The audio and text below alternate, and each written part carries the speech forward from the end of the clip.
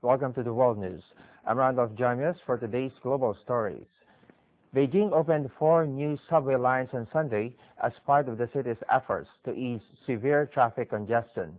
The new openings bring the number of subway lines in Beijing to 16, with a total length of 442 kilometers. Beijing has turned to public transport, especially rail transit lines, to tackle massive traffic jams on the city's vehicle-clogged roads. The city plans to have 19 subway lines by 2015, with a combined length of 561 kilometers. By 2020, the total length of subway lines is expected to reach 1,000 kilometers. Meanwhile, a strong winter storm pushed through the U.S. Northeast on Saturday, dumping a foot of snow in parts of various states. The National Weather Service had issued winter storm warnings for parts of Pennsylvania, New Jersey, New York, and New England, and coastal flood advisories from New York's Long Island to southern Maine. Heavy snow also fell in Maine, Vermont, and New Hampshire. Police patrolling affected highways reported dozens of accidents, mostly involving cars that slipped off snowy roads. Now, glass blowers in South Africa are doing their bit to try to help the environment by recycling waste to create attractive new works of art. Let's watch this crossroad of art and waste in more details. At Mwanya Glass, the talents of Swaziland's glass blowers are full all to see. Bottles, broken wine glasses, and old jam jars are collected from landfills around the small country and then sent here, washed and prepared for smelting. Experts say it's impossible to work with pure recycled glass. The artisans here are making their products anyway. Glass is liquid and it's flowing. You just have to follow it and listen to it. When it calls the shots, it demands. So you just have to listen to that, what it says.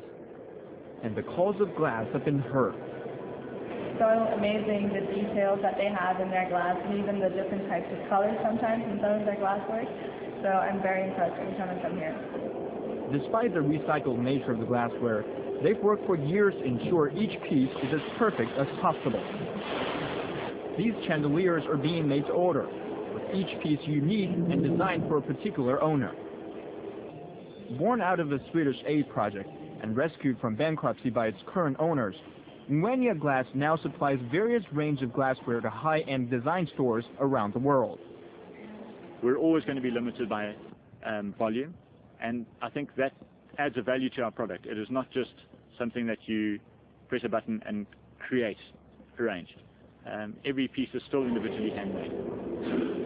And everything is still recycled. Jin Chao, CCTV.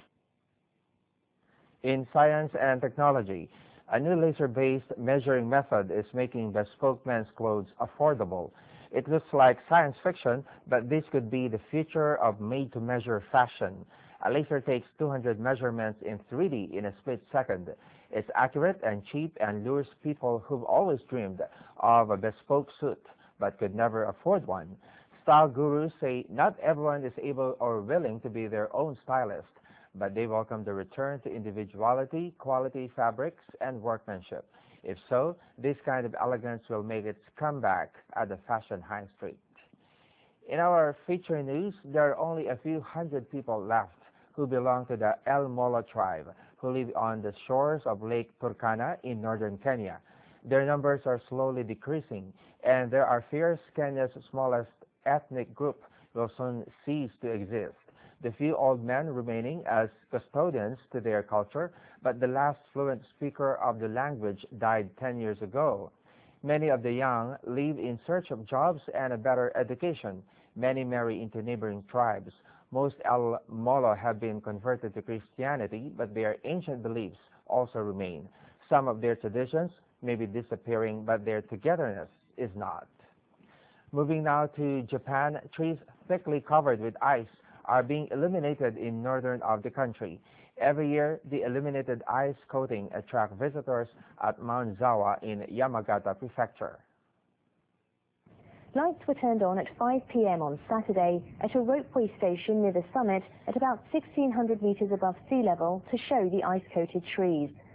Visitors viewed the illuminated trees in temperatures as low as -6 degrees Celsius. It was nearly too cold for me, but it's really beautiful. It's worth it to see this. The visitors aren't just from Yamagata. They come from all over Japan. Some have even come from abroad. This woman traveled all the way from Hong Kong to see the Juhyo. It's my first time to see such a beautiful illumination. The illumination will continue on weekends through March 3rd of next year. In tennis, Novak Djokovic defeated Nicolas Almagro 6-7, 6-3, 6-4 on Saturday in Abu Dhabi to win the Mubadala World Tennis Championship. For the second year running, the world number one was in a relaxed mood, entertaining the crowd before Almagro, ranked 11th, won the first set tiebreak 7-4. Djokovic was amusing spectators, but kept his eyes on the ball when it mattered and went on to break Almagro's serve to take the second set 6-3. The serve kept the momentum to win the final set 6-3 and lifted the trophy for the second consecutive year. It was such a close match, and we both tried to win and perform our best, and but equally have fun on the court and entertain the people. So, you know, it was a fantastic experience. Ladies and gents, your champion. And that's the first half of our stories. Don't go away. We'll be back shortly.